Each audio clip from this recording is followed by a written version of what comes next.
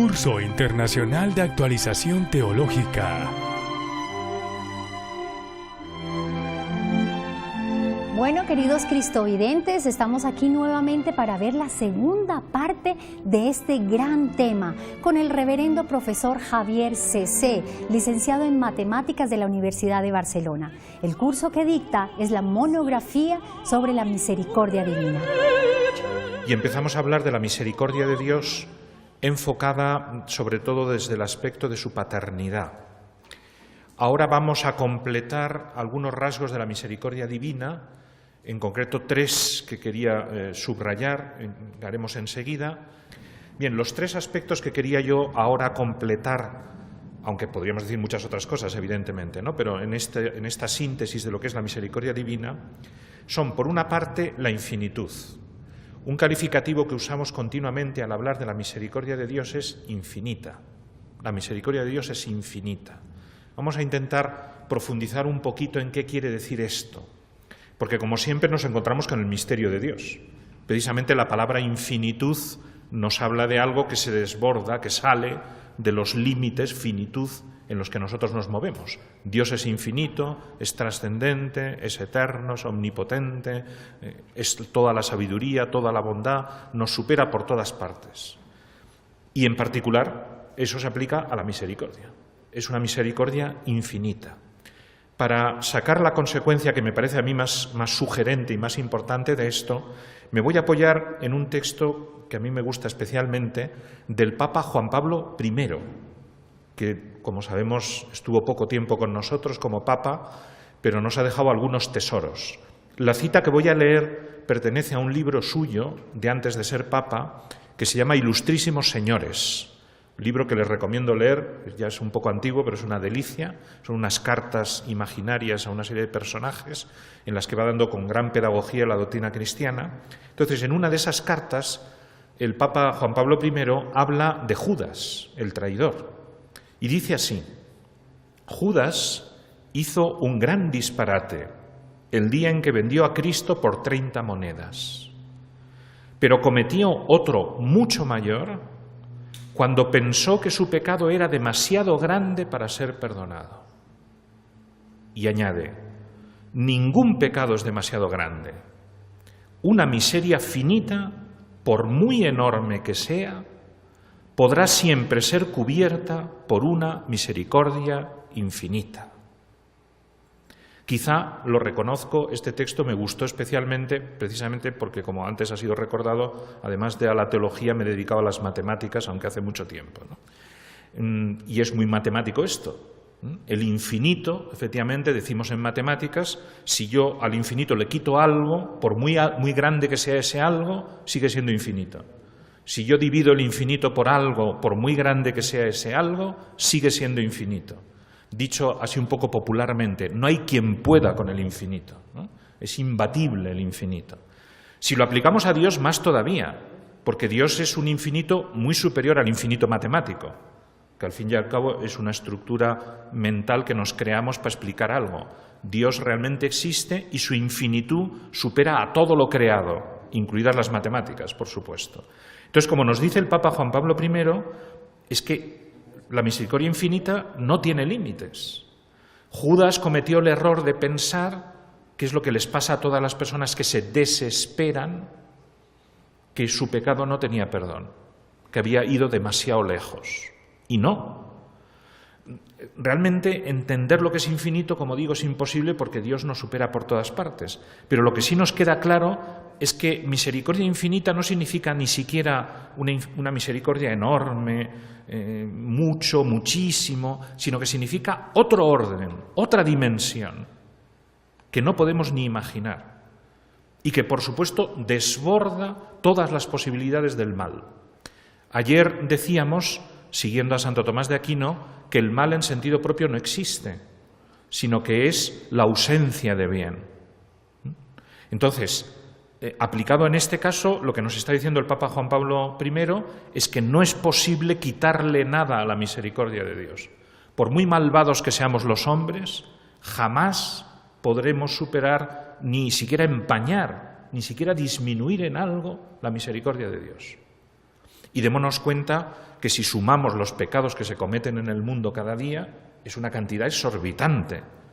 No porque seamos peores nosotros que los de hace 2 siglos o 10, sino de entrada porque somos más, muchísimos más, ¿no? Pero, en fin, da igual, aunque seamos más o menos, sigue siendo igual. La misericordia de Dios no tiene límite, no hay ningún límite. Decía, por ejemplo, San Juan Pablo II, comentando una enseñanza de Santa Faustina Kowalska. Aunque nuestros pecados, afirmaba Santa Faustina, fueran negros como la noche, la misericordia divina es más fuerte que nuestra miseria. Hace falta una sola cosa, que el pecador entorne al menos un poco la puerta de su corazón. El resto lo hará Dios. Todo comienza en tu misericordia y en tu misericordia acaba. Es decir, podemos matizar un poquito lo que hemos dicho hasta ahora. La misericordia de Dios tiene límite. En sí misma no. Es absolutamente infinita, como acabamos de decir. Pero en su aplicación, claro que tiene un límite, el de nuestra libertad. Porque Dios es tan bueno que nos ha dado el don de la libertad, que es uno de los dones más maravillosos. Es más, lo podemos ver como un don de la misericordia de Dios, precisamente. La misericordia de Dios es tan maravillosa que nos hace libres, aun a riesgo de que por culpa de esa libertad, como Judas, podamos traicionarle. O aun a riesgo, que es en lo que estamos ahora, de que por culpa de esa libertad no aceptemos la misericordia de Dios.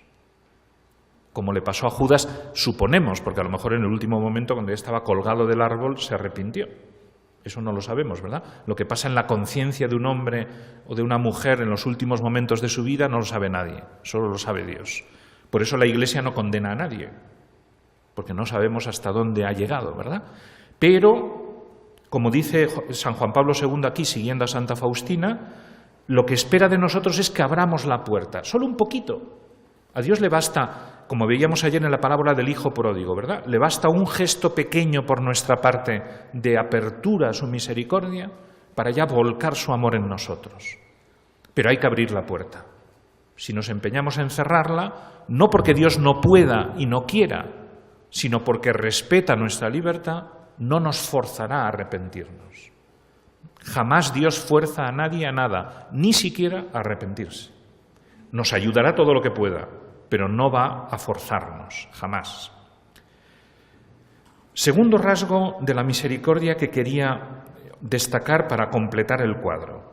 Otra expresión que usamos continuamente al hablar de la misericordia de Dios y que en particular aparece muchísimo en la Sagrada Escritura. Incluso hay un salmo, como recordarán, que lo repite una y otra vez. Eterna es tu misericordia. La misericordia de Dios es eterna. Eterna, eterna, eterna. ¿Qué queremos decir con esto? De nuevo estamos ante un misterio. Como sabemos, la eternidad de Dios significa que Dios no tiene tiempo, no solo no tiene principio ni fin, sino que está fuera del tiempo, en otra dimensión. Algo parecido a lo que acabamos de decir para la infinitud. Es otra dimensión, la eternidad. Por tanto, al hablar de misericordia eterna, también estamos subrayando eso, que la misericordia de Dios está a un nivel que nosotros ni siquiera podemos soñar. Pero hay un peligro aquí, que es precisamente por esa diferencia entre la eternidad de Dios y nuestro tiempo, eso nos puede llevar a tener una imagen de Dios falsa, en el sentido que de hecho tiene mucha gente, de que Dios es indiferente a lo que nos pasa a nosotros aquí. Lo que se suele llamar el deísmo, tradicionalmente, pero que tiene manifestaciones diversas, ¿no? Dios es un ser maravilloso, creador del universo, que está por allá arriba, no se sabe dónde, eso en la eternidad, y nosotros aquí, pobres hombres, hacemos lo que podemos, ¿no? Dios crea el mundo y se desentiende de él. Esta idea, aunque no sea explícita, mucha gente la tiene ahora, porque es como una especie de agnosticismo o ateísmo práctico. Me da igual quién sea Dios y qué haga Dios, porque tampoco le interesamos nosotros. Entonces, eso es un peligro, Porque, y si al hablar de Dios, ayer hablábamos de la dificultad de explicar verdaderamente lo que es amor, la imagen paterna de Dios, que hay que tener muchísimo cuidado. En esto también hay que tener cuidado, porque si insistimos demasiado en que Dios es eterno, Dios es omnipotente, Dios es inmutable, Dios es trascendente, que todo eso es verdad, por supuesto que es verdad, pero la gente se puede quedar con esa impresión, bueno, este ser, vaya usted a saber dónde está, y vaya usted a saber qué hace. En cambio, a lo que voy ahora es que no es así, es todo lo contrario. Misericordia eterna, ¿qué quiere decir? Voy a leer un texto de San Francisco de Sales, en este caso. Por cierto, ayer hablábamos de la historia del Sagrado Corazón. San Francisco de Sales está un poquito antes, pero no olvidemos que es el fundador de la Orden de la Visitación, a la que pertenecen Santa Margarita María de Alacoque, María Teresa de Sandé, etcétera, etcétera, muchas de las que ayer salían, ¿no?, de estas santas de la misericordia. Bueno, pues San Francisco de Sales dice, jugando además con mucha habilidad, con la técnica oratoria. Recuerden que San Francisco de Sales es el patrono de los periodistas, ya que estamos en directo en una televisión, en directo o grabados en una televisión, es bueno recordarlo. San Francisco de Sales es el patrono de los periodistas. Dice así: considera el amor eterno que Dios te ha manifestado. Pues antes que la humanidad de Jesucristo padeciese por ti en la cruz, su divina majestad te llevaba presente en su soberana bondad y te amaba desde el principio. Amor eterno. Y entonces dice, se pregunta, ¿pero cuándo comenzó a amarte? Y contesta, ¿cuándo comenzó a ser Dios? ¿Y cuándo comenzó a ser Dios? Nunca.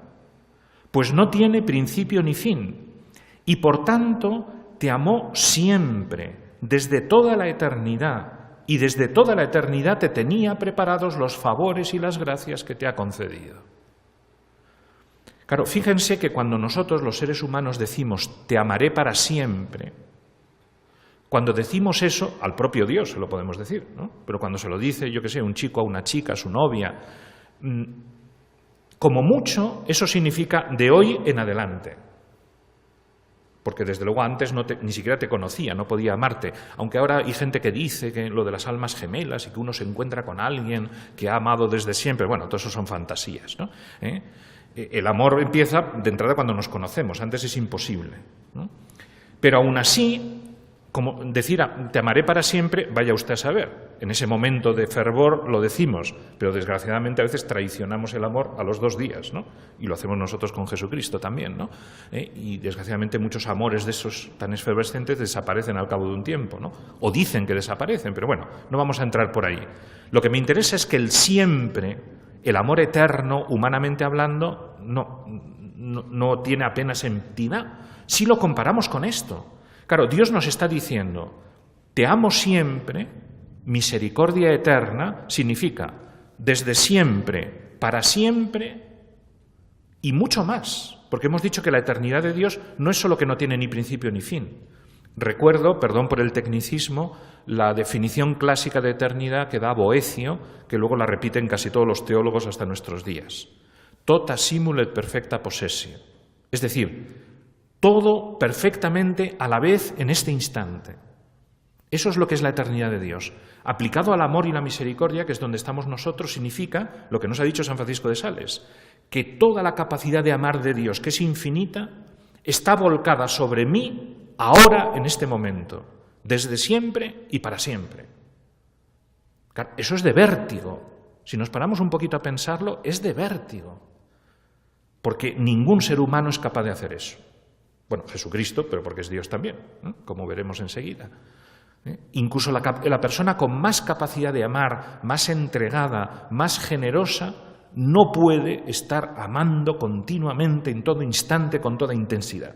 No puede, porque somos seres finitos. Dios sí. Esa es la misericordia eterna de Dios. Pero hay otra consecuencia de esto muy interesante, porque si hemos dicho que precisamente la eternidad de Dios significa que está en otro plano, en otra dimensión que ni siquiera soñamos, aplicado al perdón de los pecados, que es la gran manifestación de la misericordia, como ya hemos recordado, eso significa lo que ayer decíamos de que es tan difícil, perdonar y olvidar. Claro, Dios podemos decir que al perdonarnos, es una imagen que puede ayudar, extrae nuestro pecado del tiempo y lo lleva a su eternidad. Y por tanto es como si nunca hubiera existido.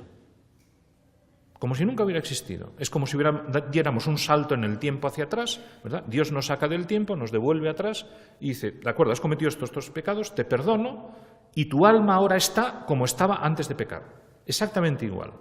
Eso es lo que decíamos ayer de devolver la dignidad, de justificar. Si uno se confesara bien, el problema es que a veces no nos confesamos bien o no hay contrición perfecta. Una sola confesión, igual que pasa con el bautismo, limpia de todos los pecados, de todos. Por eso es tan importante confesarse con frecuencia y, sobre todo, recibir los últimos sacramentos, porque eso también lo hace la extrema unción, por ejemplo, la unción de los enfermos. Limpia todo lo que ha quedado. O lo hacen las indulgencias, que es otro medio de la misericordia de Dios. O lo hace el escapulario del Carmen, que es otra promesa de la Virgen para perdonarnos en los últimos momentos de la muerte. Todo eso son manifestaciones de la misericordia de Dios que nos dicen lo mismo. Si tú pones de tu parte, lo que hemos leído de la puertecita, ¿verdad? Si abres la puerta, mi misericordia borra por entero todo lo que tengas, todo. Por eso podemos ir al cielo. Y al que no, ¿qué pasa? Que todavía tenemos otra oportunidad, que es el purgatorio. Otra prueba de la misericordia de Dios. Si te mueres sin haber conseguido toda esta purificación, no te preocupes, nos dice Dios, tendrás más tiempo para seguir purificando. Y al final, en el cielo, los santos, como ayer decíamos, da igual que sean un San Agustín, que ha hecho auténticas barbaridades hasta los 30 y pico años, o una Santa Teresita que ha sido muy inocente desde niña. Da igual, todos acaban en el cielo, porque Dios saca nuestros pecados del tiempo, los elimina, como si no hubieran existido, y nos da la santidad perfecta. Eso significa misericordia eterna. Bueno, podríamos seguir por aquí, como ven, es un tema apasionante, ¿no? Pero es así, esa es la grandeza de la misericordia de Dios, infinita, eterna.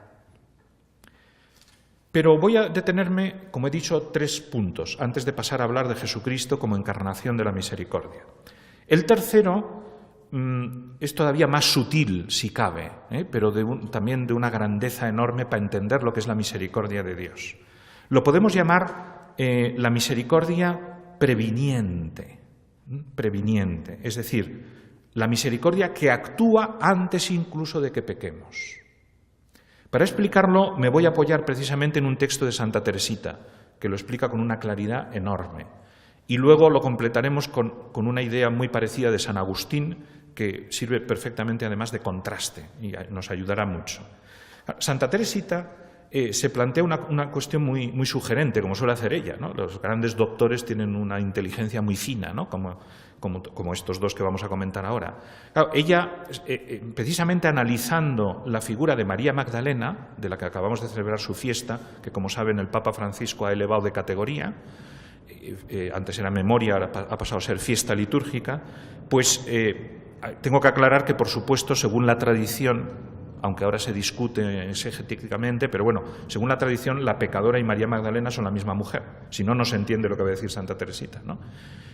Entonces ella dice, digamos que le tiene cierta envidia, porque claro, Jesús dice que ama de forma especial a María Magdalena y por tanto le perdona sus muchos pecados porque ha amado mucho.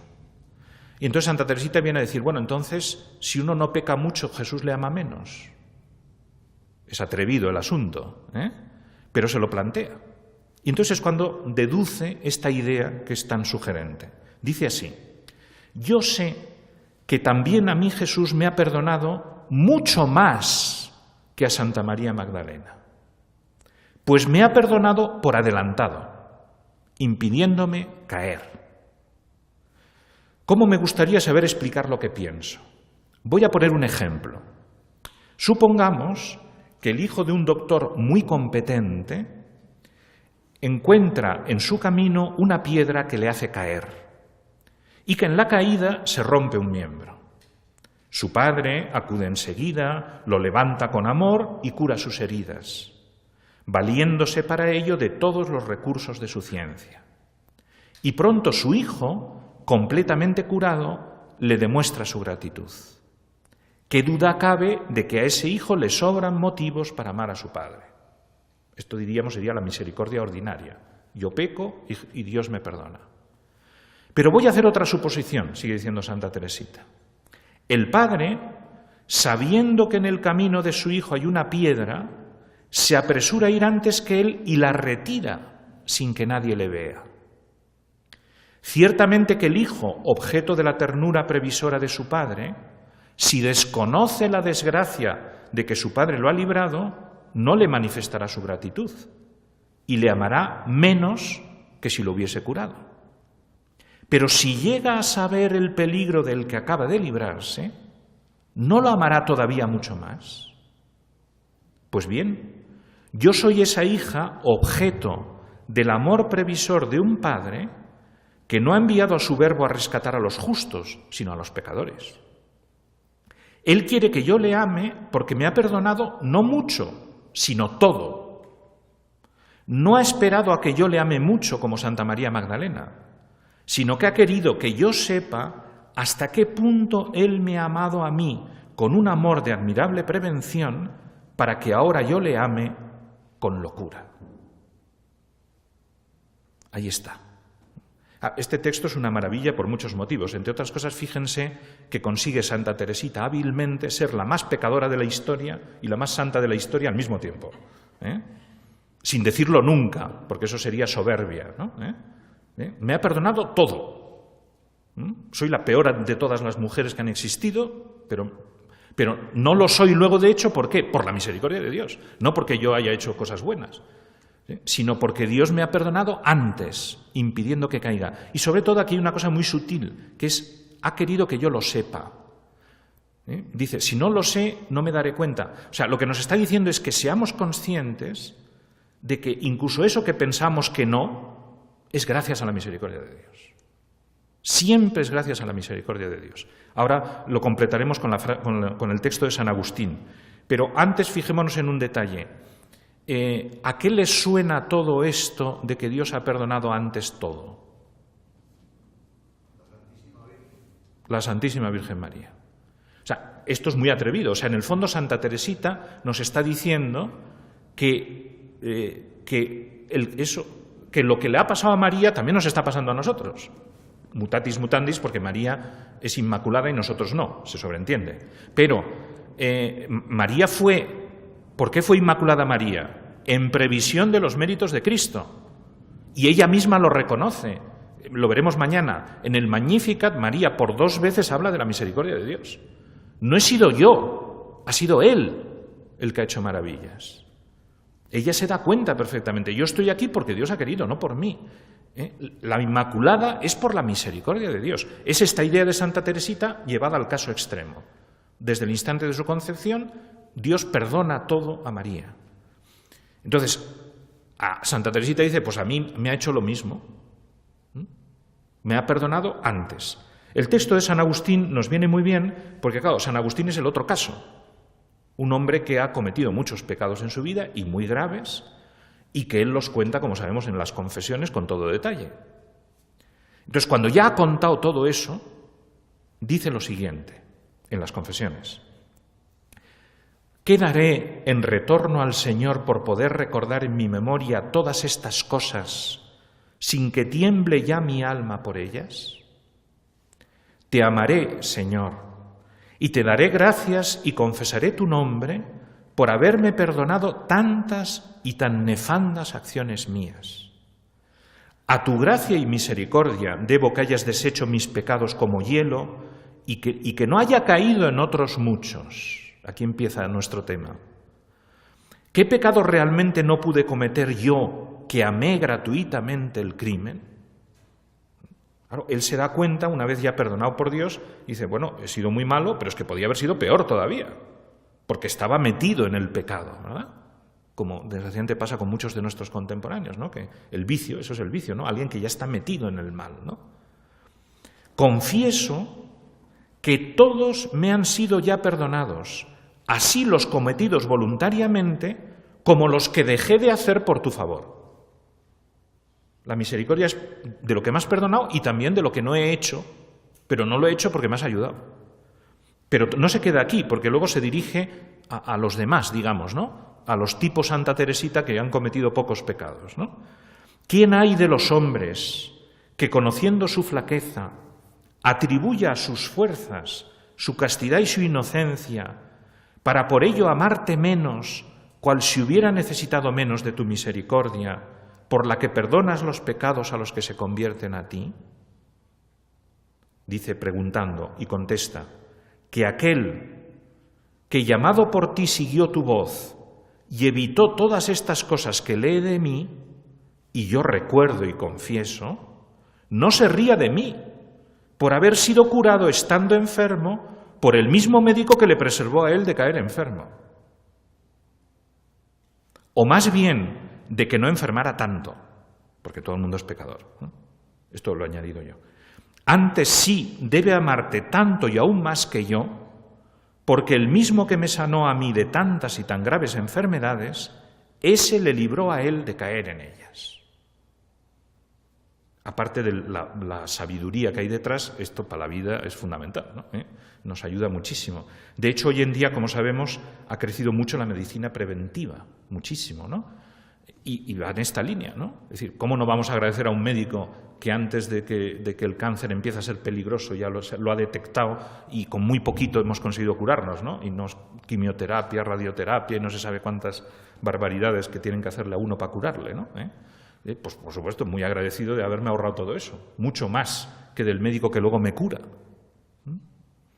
Pues eso es lo que hace Dios. Dicho en definitiva, para seguir avanzando en nuestra reflexión, es decir, la misericordia divina, ¿a qué llega? A todo. ¿Todo qué significa? Que si hemos pecado mucho, pues nos perdona todo lo que hemos pecado. Si hemos pecado menos, pues nos perdona lo que pequemos y hemos pecado menos también por la misericordia de Dios, no por nuestras propias fuerzas.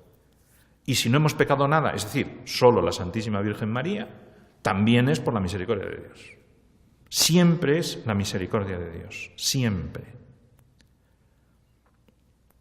Bien, pasemos a Jesucristo.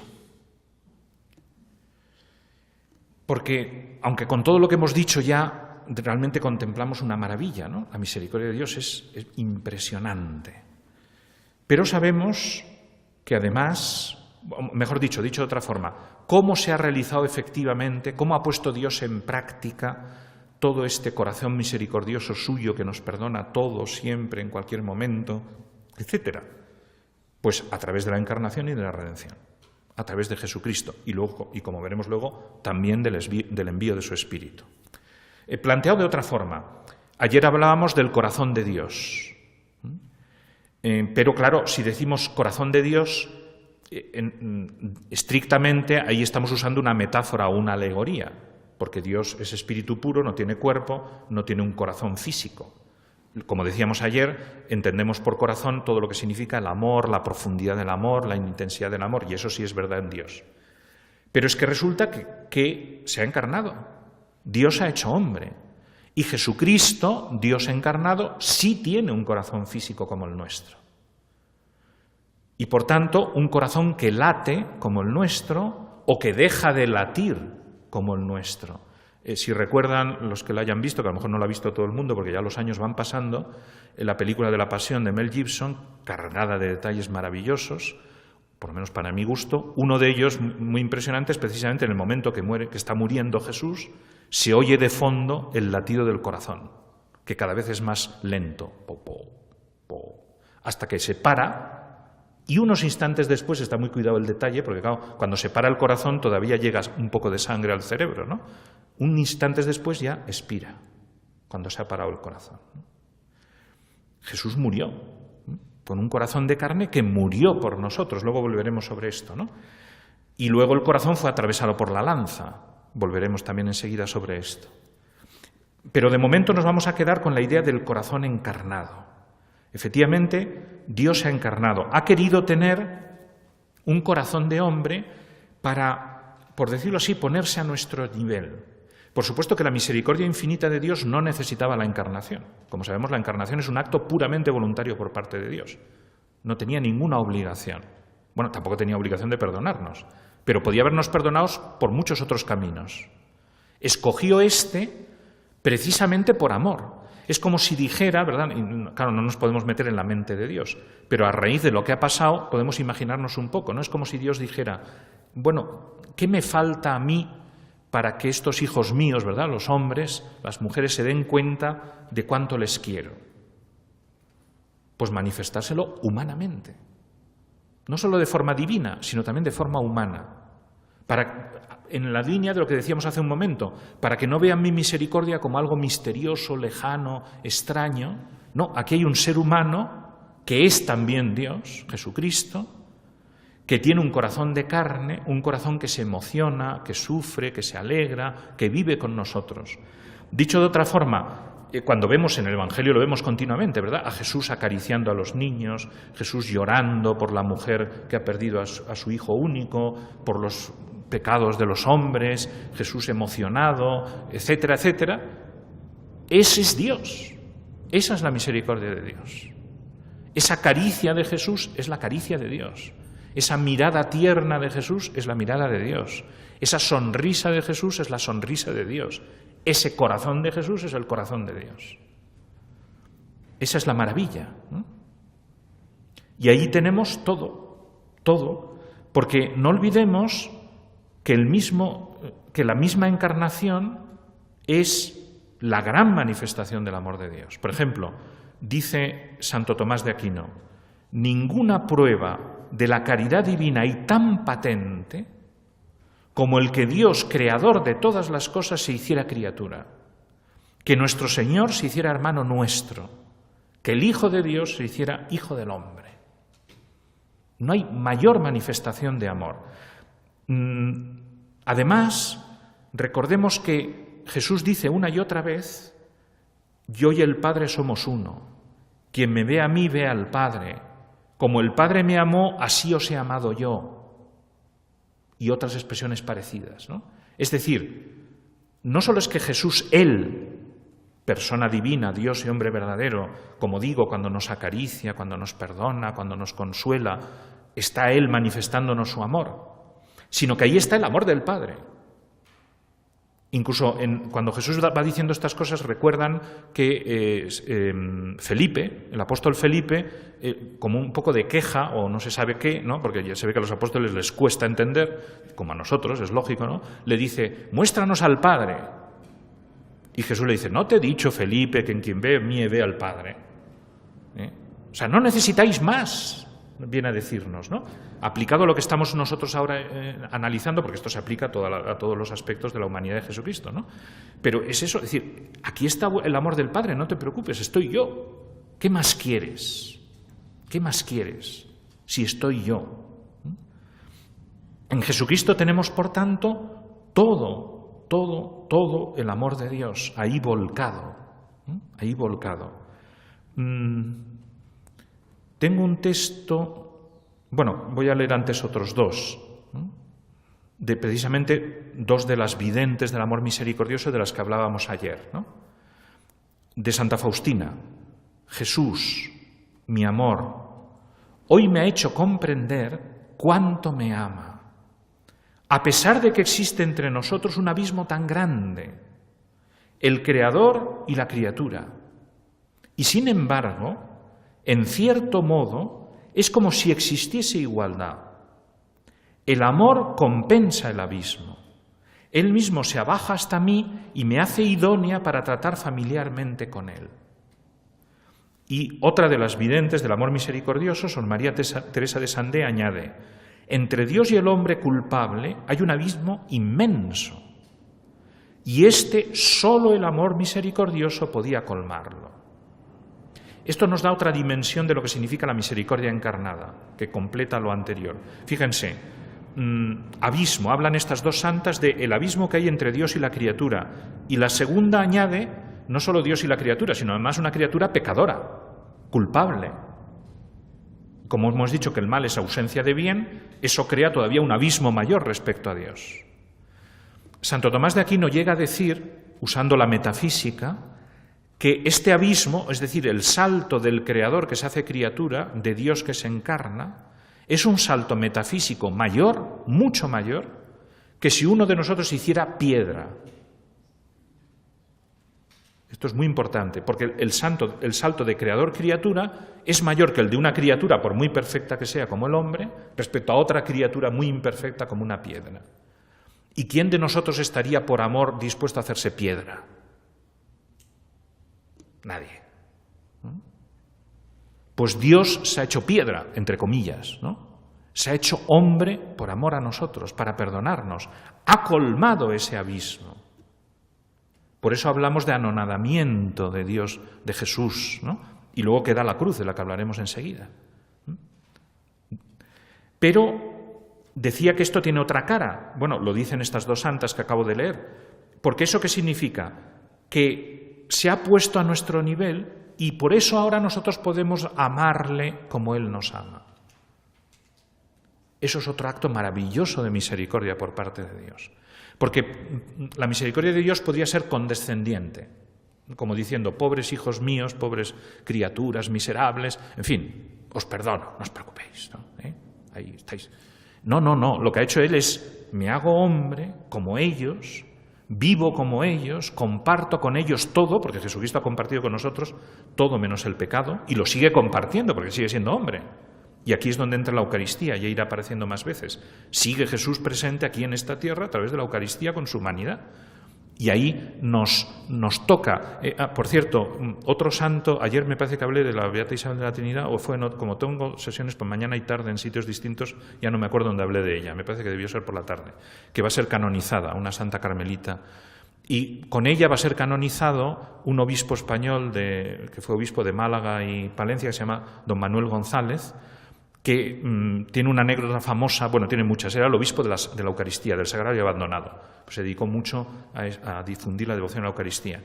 Y una vez estaba dando una catequesis con unos chavales sencillos allí del pueblo de Sevilla, que es por donde él estaba, y les preguntó, ¿y qué significa la Eucaristía? ¿Por qué es tan importante la Eucaristía? Tal. Y un chaval con mucha gracia le dijo, porque para quererlo hay que rozarlo, ¿no? Para quererse hay que tocarse, ¿no? Y en la Eucaristía, efectivamente, tocamos a Jesús. Tocamos a Jesús, ¿no? Jesús nos toca y nosotros le tocamos a Él. Le comemos, ¿no? O sea, le tenemos dentro de nosotros. Entonces esto se ha puesto a nuestro nivel. No solo se ha hecho hombre, sino que se ha hecho pan para que podamos comer. Bueno, ya sabemos que hay una diferencia, pero está en las especies del pan. Pero eso, para que podamos comerle, para que podamos rozarle. Entonces resulta que, como nos dicen estas santas, ahora le puedo amar de tú a tú. El amor ha colmado el abismo que había entre Dios y nosotros. Y ahora puedo amarle de tú a tú. Bien, pero tenemos que seguir adelante. Y estamos dejando al lado adrede, y ahora vamos a entrar en ello un poquito más, que ese corazón de Cristo, esa humanidad de Cristo, no solo nos manifiesta con el hecho de ser hombre su misericordia, sino que además ha muerto por nosotros. El corazón de Cristo se ha parado, decíamos antes, ¿no? Y ha sido atravesado por la lanza. Cuando la lanza atraviesa el corazón ya Cristo ha muerto, pero como sabemos, y salen todas esas imágenes que ayer veíamos de la misericordia, es un signo de hasta qué punto ha dado su vida, porque sale esa sangre y esa agua, que probablemente era el líquido pleural o como le llamen los médicos, pero que simboliza, ya no puedo dar más. Mi corazón ya está atravesado, mi sangre derramada por entero, no puedo hacer más por vosotros. Y todo eso, como sabemos, es la redención, que tiene muchos aspectos, pero el aspecto central es el perdón de los pecados, es la misericordia. Es más, por eso está tan destacado en toda esta tradición del corazón de Jesús y de la divina misericordia, el corazón que es atravesado, que se entrega. Más todavía, recordemos que en la cruz, una de las primeras cosas que dice Jesucristo, cuando le están matando, cuando está muriendo, es: Padre, perdónales, porque no saben lo que hacen. No solo es que en ese momento realmente está perdonando, sino que con esas palabras también nos está recordando que esa muerte suya es para el perdón de los pecados.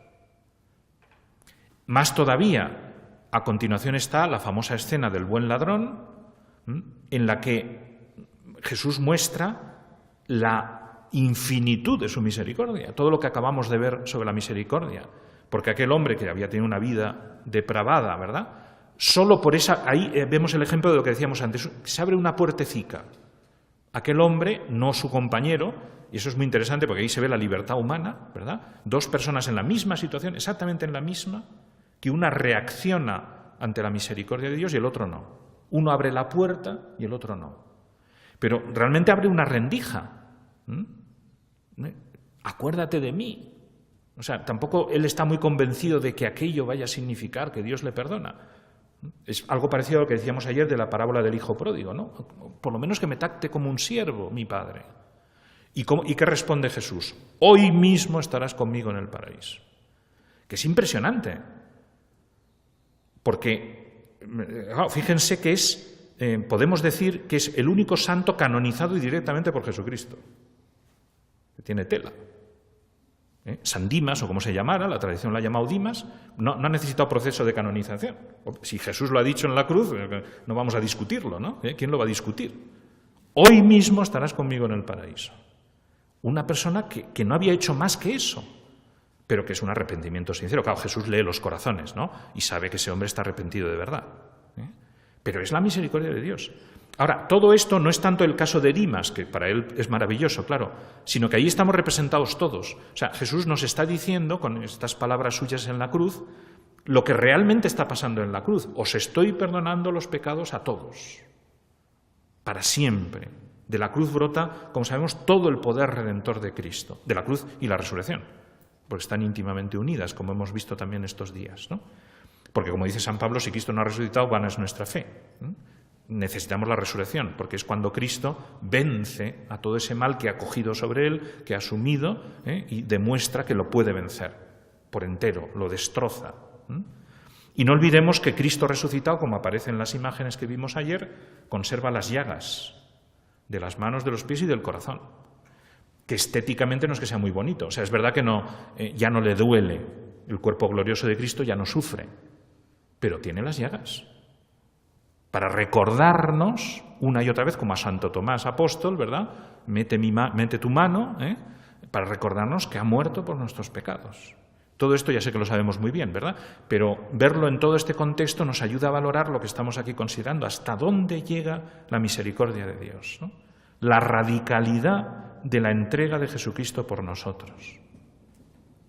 Porque además no olvidemos que la pasión de Jesucristo no es solo la pasión física, es decir, el sufrimiento, que es terrible, de los azotes, de la corona de espinas, de toda la vía crucis, de la crucifixión, de las 3 horas colgado en la cruz, etcétera, etcétera, ¿no? Que es terrible, terrible, terrible. Sino que está todo el sufrimiento moral, psíquico, psicológico, etcétera, de Jesucristo. Las traiciones, las calumnias, la persecución y sobre todo nuestros pecados, que son los que han clavado a Cristo en la cruz, que los tiene Él presente. Podría citar muchos textos, pero no tenemos tiempo. Por ejemplo, el mismo San Francisco de Sales que he citado antes, ¿no? De unos textos impresionantes hablando de cómo en la cruz Cristo estaba pensando en ti, dice. Estaba pensando en ti, ahí te tenía presente. Cada uno de nosotros estábamos presentes en la cruz. Y el dolor de Cristo es el dolor de mis pecados. Es decir, nos está perdonando a nosotros ahí, ahí.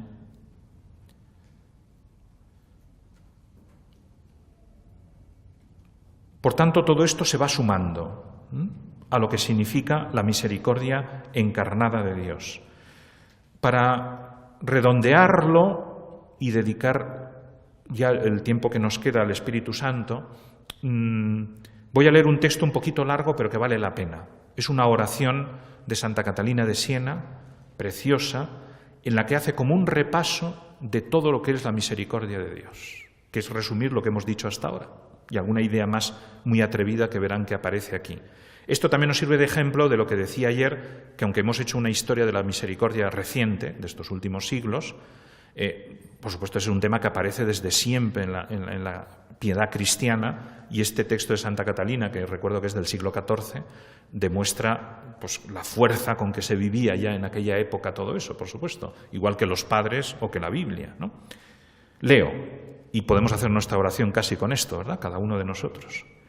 Oh misericordia eterna, que ocultas los defectos de tus criaturas.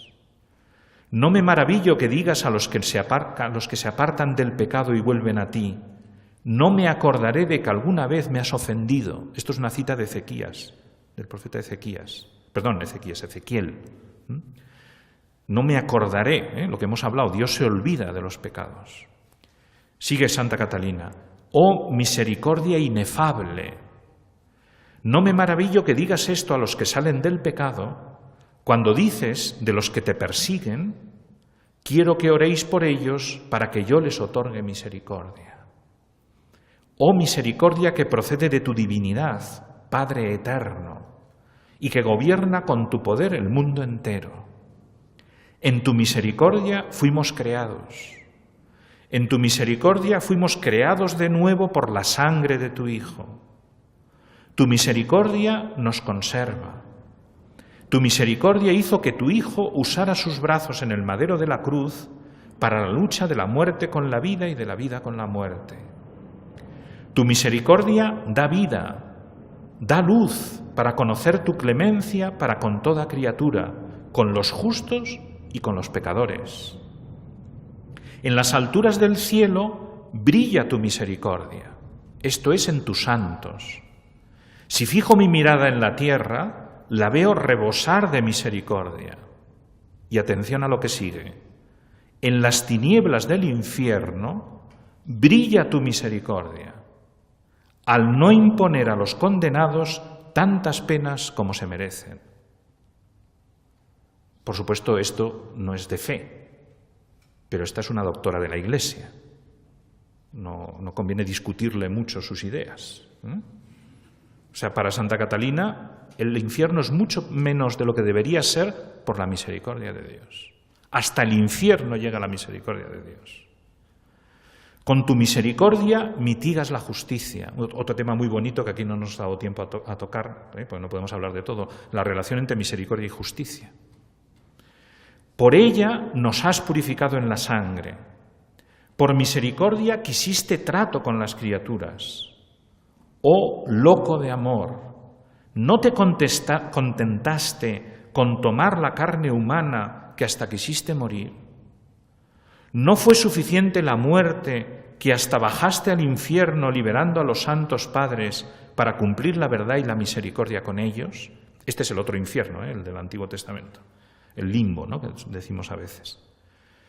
Y todavía añade lo siguiente, veo que la misericordia te obliga a dar aún más al hombre, o sea, quedándote como comida, la Eucaristía, para que nosotros, débiles, tuviéramos alimento y para que los ignorantes desmemoriados no perdieran el recuerdo de tus beneficios. Por esto se lo das al hombre todos los días, haciéndote presente en el sacramento del altar dentro del cuerpo místico de la Santa Iglesia. ¿Quién ha sido la causa de esto? Tu misericordia. Oh misericordia, concluye ya, el corazón se sofoca pensando en ti, pues donde quiera que intente fijar mi pensamiento, no encuentro más que misericordia. Bueno, ahí queda. Eso, infinita. Y Jesús, ¿verdad?, ha hecho realidad humana, por decirlo así, esta misericordia infinita de Dios con su muerte, con la Eucaristía, con todo. Vamos a pasar al Espíritu Santo, que el tiempo va volando y tenemos que completar el cuadro trinitario, por decirlo así, ¿no? El apoyo fundamental para lo que podemos decir, intentaremos decir ahora brevemente sobre el Espíritu Santo y la misericordia, pues lo tenemos en una conocida cita de San Pablo, en concreto Romanos 5:5, que es fácil de acordarse. Dice así, el amor de Dios ha sido difundido en nuestros corazones por medio del Espíritu Santo que se nos ha dado. Efectivamente, ¿quién es el Espíritu Santo? Cuando, repasando brevemente lo que estudiamos en los tratados de Trinidad, decimos que hay dos procesiones en Dios. La primera que es por vía intelectual, el Verbo de Dios es el Hijo, es intelectual y filiación, y la segunda procesión es por vía de amor, el amor entre el Padre y el Hijo da lugar, de ahí procede, no se puede decir engendrar, porque solo el Hijo es engendrado, procede o expira el Espíritu Santo, que es el amor del Padre y el Hijo. Y efectivamente, amor es uno de los nombres propios del Espíritu Santo. Espíritu, amor, don, paráclito, que luego haré referencia a este otro también, ¿no? El Espíritu Santo es el amor de Dios, el amor persona, el amor tan potente, tan impresionante, por decirlo así, que es una persona divina, tan Dios como el Padre y el Hijo. Bueno, pues ese espíritu que es amor de Dios, que es el amor del Padre y el Hijo, es el que ha sido derramado en nuestros corazones. Es el que el Padre y el Hijo nos han enviado. Es decir, si hemos dicho en la primera sesión ayer, usando las palabras del Papa Francisco, que a su vez las toma de Juan Pablo II, que la misericordia es el otro nombre del amor, pues la misericordia es el otro nombre del Espíritu Santo. Es un silogismo sencillo y evidente, ¿no? El Espíritu Santo es el amor, la misericordia es el otro nombre del amor, pues misericordia es el otro nombre del Espíritu Santo. Dicho de otra forma, este envío del Espíritu Santo a nuestros corazones, a nuestras almas, este derramarse el amor de Dios, es el derramarse de la misericordia de Dios. El Espíritu Santo es misericordioso y nos muestra algo que es muy importante, que todo lo que hemos estado diciendo de la misericordia del Padre y de Jesucristo, de la misericordia encarnada, no es algo externo a nosotros. Bueno, ya lo hemos insistido, pero desde el Espíritu Santo todavía se ve más. No es una acción divina externa que nos perdona, pues como podríamos perdonar nosotros. Claro, nosotros cuando perdonamos a otra persona, que debemos hacerlo como mañana recordaremos, ¿verdad? Es una obra de misericordia, no cambiamos su corazón. No le transformamos por dentro. Dios sí, como hemos dicho. Dios envía el Espíritu Santo a nuestras almas, vive en nosotros, somos templo del Espíritu Santo, y desde dentro nos perdona, por decirlo así. Va a la raíz del pecado y la arranca, justificándonos, hemos repetido varias veces, devolviéndonos nuestra dignidad. Nos cambia por dentro. No es, por tanto, solo el perdón de ese Padre que está por ahí, ¿verdad?, en los cielos, o de Jesucristo que está aquí, es hombre como yo, muy cerca y en el sagrario, pero podríamos pensar, es un error, pero nos podría entrar la tentación de decir, bueno, Jesús está aquí y yo estoy aquí, está fuera de mí. Es muy cariñoso, me abraza, me besa, pero desde fuera. No, lo hace desde dentro, porque además el Espíritu Santo nos forma en Cristo por dentro, ¿verdad?, como dice San Pablo, nos da la vida de Cristo. Entonces, al tener al Espíritu dentro de mí, tengo la misericordia de Dios dentro de mí. Me está transformando por dentro. Esta es la primera idea sobre el Espíritu Santo que ya sería fundamental, ¿verdad? Ya da mucho de sí. Pero podemos extraer más cosas todavía. De entrada, si nos fijamos en el otro nombre del Espíritu Santo al que acabo de aludir, Paráclito. El mismo Jesús lo dice, ¿no? Os enviaré otro Paráclito, que significa otro consolador, que es otra forma muy interesante de enfocar la misericordia. Una de las acciones propias de un alma misericordiosa, de una persona misericordiosa, es consolar. Lo hace Jesús, lo hemos recordado, lo hace el Espíritu Santo. Pero de nuevo subrayemos que no se trata de una consolación simplemente externa, pues eso, como el que da un abrazo o deja que uno llore sobre su hombro y se desahogue, ¿no? Que eso ya sería mucho, que Dios hiciera eso. No, insistimos, repetimos, perdón por la insistencia, pero que me parece que es fundamental para entender la misericordia de Dios. No, el consuelo del Espíritu Santo es tal que realmente borra nuestras lágrimas, ¿no? Elimina nuestras lágrimas, porque elimina la raíz que las provocan. Le da la vuelta a nuestra vida por entero, nos diviniza, que eso es la gracia, que eso es la acción del Espíritu Santo en el alma, ¿no? Nos hace como Dios.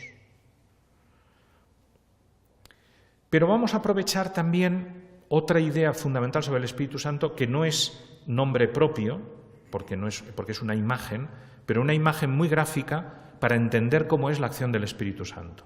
Me refiero a la imagen del fuego, que él mismo utilizó en Pentecostés, como sabemos, para manifestarse, las famosas lenguas de fuego sobre los apóstoles. Por cierto, que todo lo que estoy diciendo pensando en Pentecostés ayuda mucho a entenderlo, ¿no? O sea, el cambio que se produce en los apóstoles antes y después de Pentecostés, ¿no? Y un detalle, ya que hemos hablado ya de la Virgen y mañana hablaremos más, se me ha escapado un mal ahí horroroso, ¿no? Que es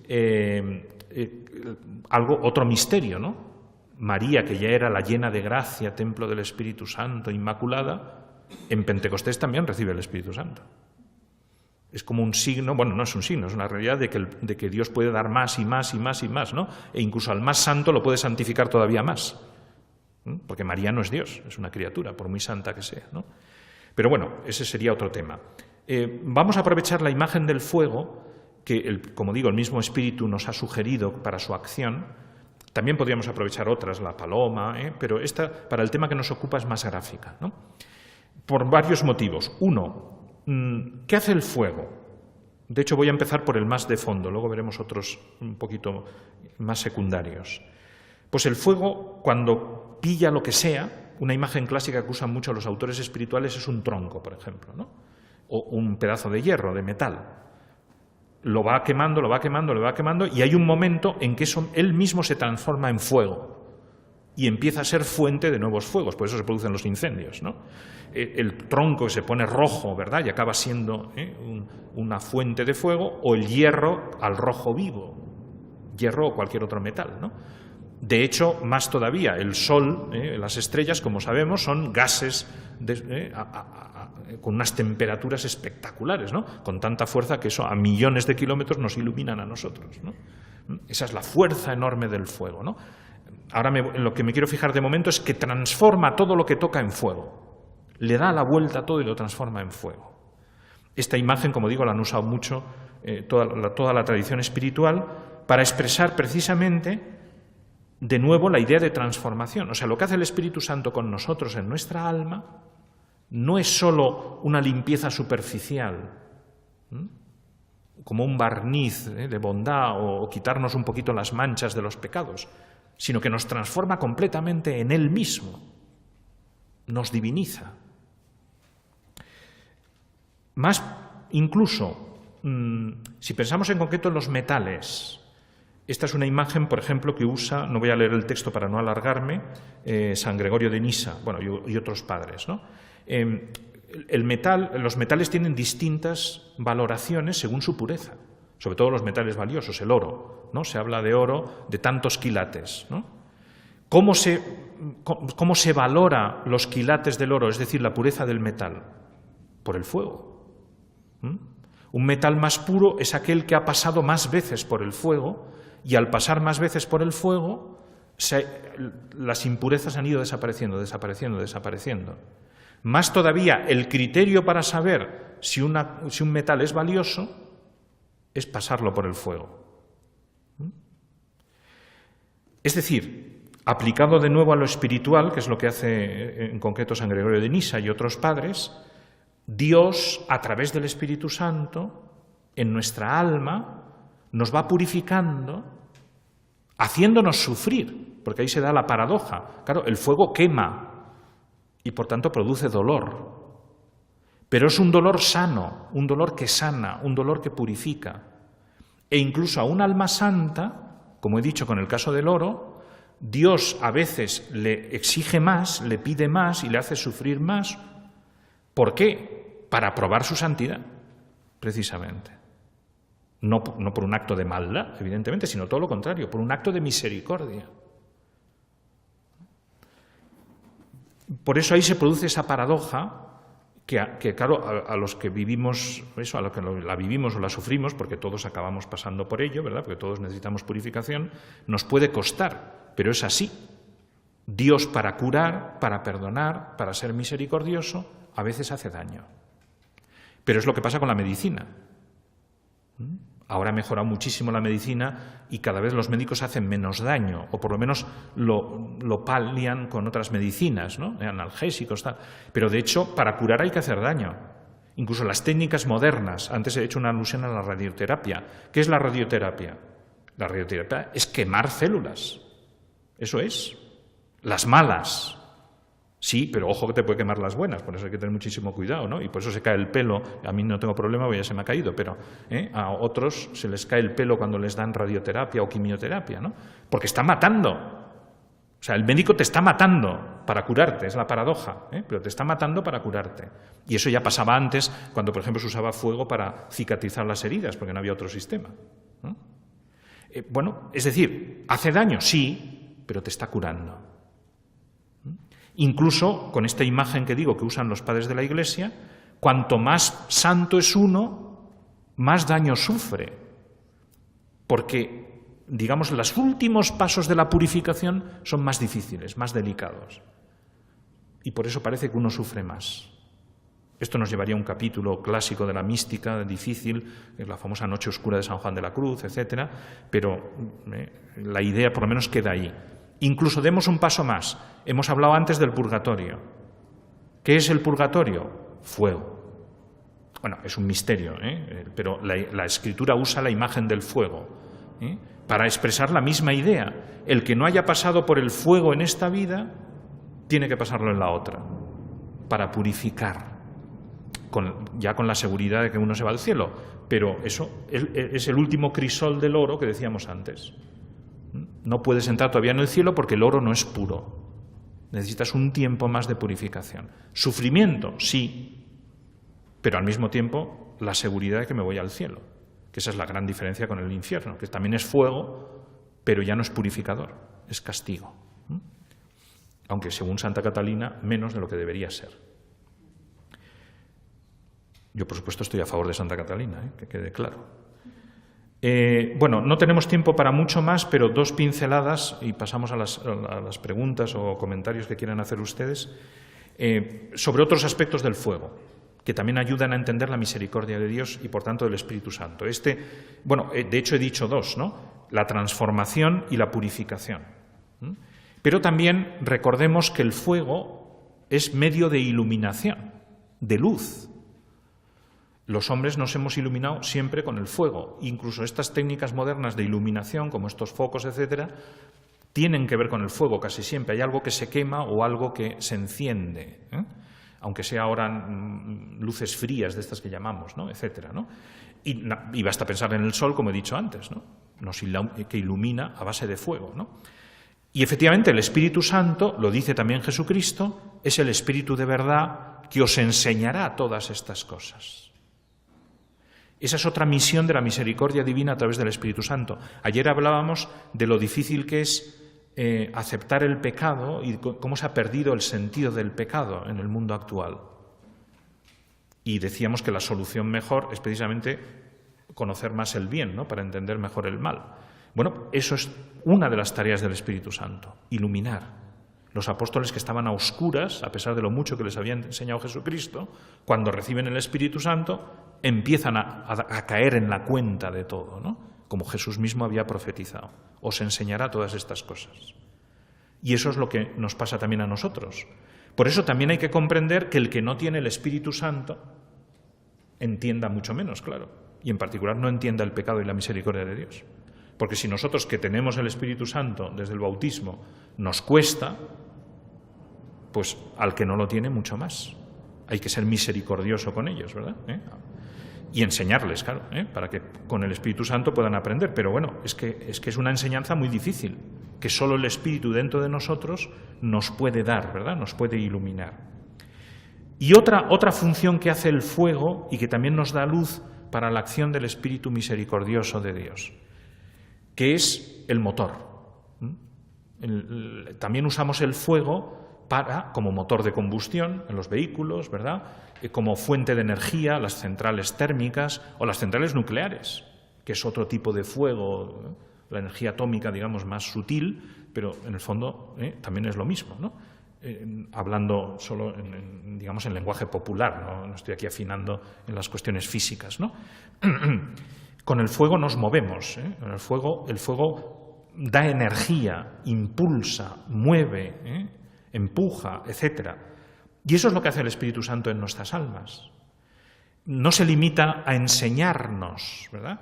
que ya sería mucho, ¿no? No es un guía que nos dice tienes que ir por aquí, por allá, y en particular, ojo con el pecado, esto es pecado, tienes que arrepentirte.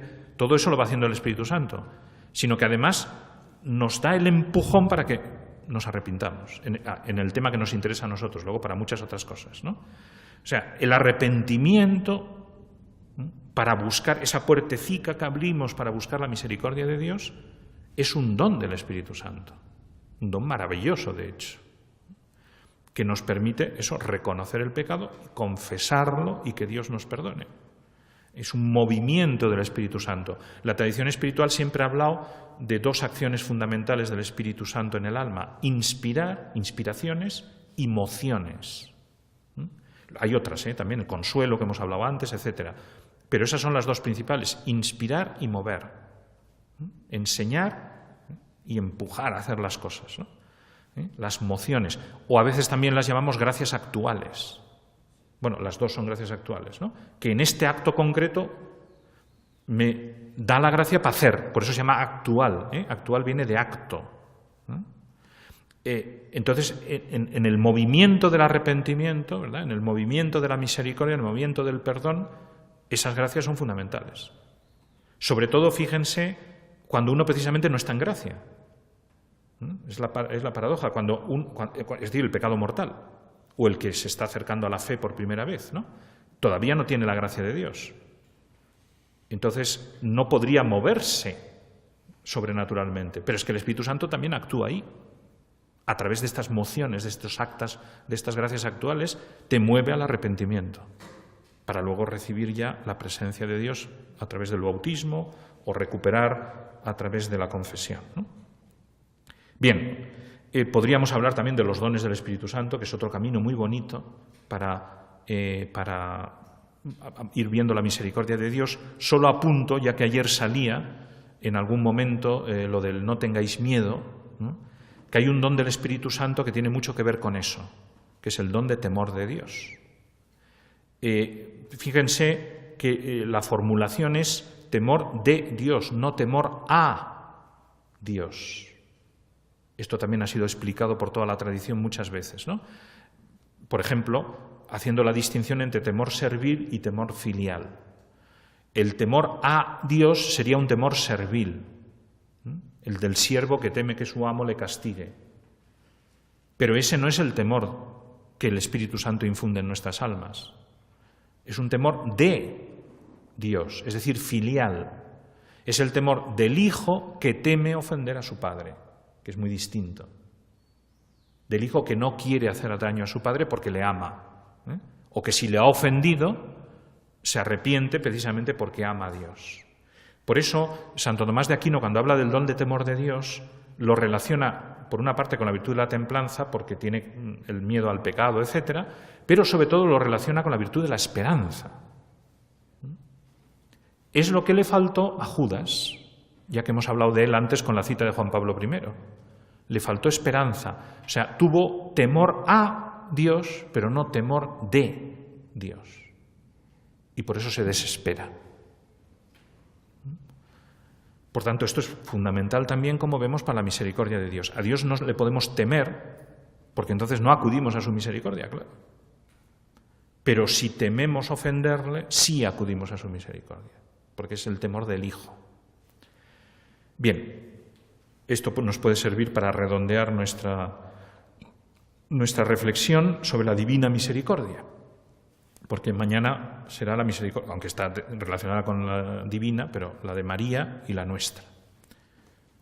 Pues nada, estoy a su disposición estos minutos que quedan para cualquier añadido, comentario, pregunta, también sobre ayer, si quedó algo en el tintero, estamos a tiempo. Por aquí hay alguien. Nosotros le decimos a la gente, sí, porque hemos escuchado en el seminario o en diferentes textos, que perdonar es recordar sin resentimiento. ¿Sí? Entonces, ¿cuál de las dos posiciones? Las dos, pero esta segunda es imperfecta, diría yo. Es imperfecta. Vamos a ver, hay algo que sí conviene recordar, que es la misericordia de Dios. Entonces, claro, si yo recuerdo mis pecados en ese sentido, no es malo. Es lo que ha hecho San Agustín, como hemos leído antes, ¿no? San Agustín no se ha olvidado de sus pecados, tanto no se ha olvidado que los cuenta con detalle en un libro. Pero ¿por qué los cuenta, como dice desde que empieza el libro? Para mostrar la misericordia de Dios. Santa Teresa de Jesús hace algo parecido. El libro de su vida lo titula Historia de las misericordias de Dios. Es decir, ¿por qué cuento yo mi vida aquí y todas mis miserias? Que también cuenta varias gordas Santa Teresa. Pues porque así se ve lo que Dios me ha perdonado. Entonces, en ese sentido, efectivamente, no es malo recordar. Pero si ese recordar es un poco en la línea de Judas, es decir, que me va creando remordimiento, y no salgo de ese remordimiento, incluso eso es, fíjese bien, me acabo de acordar al aludir a Santa Teresa, eso es lo que dice Santa Teresa en qué consiste el infierno. Santa Teresa, como saben, tuvo una visión del infierno, que es muy divertida como la cuenta. Bueno, es un tema muy serio, pero tiene cierta gracia porque Santa Teresa siempre es divertida, siempre le da ironía a todo, porque empieza hablando de gusanos, de bichos, ¿cómo dice ella? Sabandijas, y en un momento dado dice, esto va mal encaminado. ¿Qué más da que haya sabandijas, ¿no? Y entonces empieza a hablar de lo espiritual, o sea, de lo que ella entendió que es el infierno espiritualmente. Dice varias cosas muy interesantes, pero una de ellas es esta, que el que está en el infierno está continuamente remordiéndose de sus pecados. Claro, eso es terrible, ¿no? Eso es un castigo terrible, ¿no? Porque sabe además que no se le van a perdonar, ¿no? Entonces remorderse. Entonces ese recuerdo es muy malo. Entonces ese es el que hay que olvidar, ¿no? Bueno, queridos cristovidentes, esta fue la intervención del Padre Javier C.C. con el tema Curso Monográfico Misericordia Divina. Ahora les invitamos a que continuemos con esta pausa y ya volvemos. Ya regresamos con Curso Internacional de Actualización Teológica.